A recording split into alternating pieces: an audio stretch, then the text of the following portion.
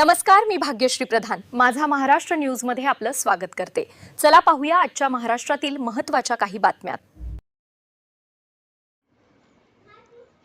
चांदवड घाटात धावत्या एसटी बसला आग, 54 प्रवासी थोडक्यात बचावले। नाशिक जिल्ह्यातील चांदवड येथील मुंबई आग्रा महामार्गावर शुक्रवारी धावत्या एसटी बसला अचानक आग लागल्याची घटना घडली।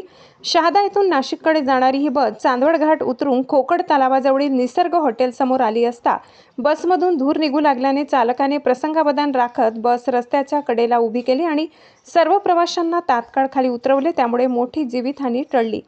मिळालेल्या माहितीनुसार बसमध्ये एकूण 54 प्रवासी प्रवास करत होते। चालकाच्या सतर्कतेमुळे सर्व प्रवासी सुरक्षित बाहेर पडले। काही क्षणात आगीने रौद्र रूप धारण केले आणि संपूर्ण बस आगीत जळून खाक झाली। घटनेची माहिती मिळताच चांदवड पोलीस ठाण्याचे कर्मचारी तसेच चांदवड नगर परिषदेचे अग्निशमन पथक घटनास्थळी दाखल झाले। अग्निशमन दलाने शर्थीचे प्रयत्न करून आग आटोक्यात आणली। दरम्यान बसमधील वायरिंगमध्ये झालेल्या शॉर्ट सर्किटमुळे आग लागल्याचा प्राथमिक अंदाज व्यक्त करण्यात येत असून नेमके कारण तपासानंतर स्पष्ट होणार आहे। या घटनेमुळे काही काळ मुंबई आग्रा महामार्गावरील वाहतूक परिणाम झाला होता। चांदवड प्रतिनिधी संजय जाधव। तर या होत्या आजच्या घडीच्या महत्त्वाच्या बातम्या।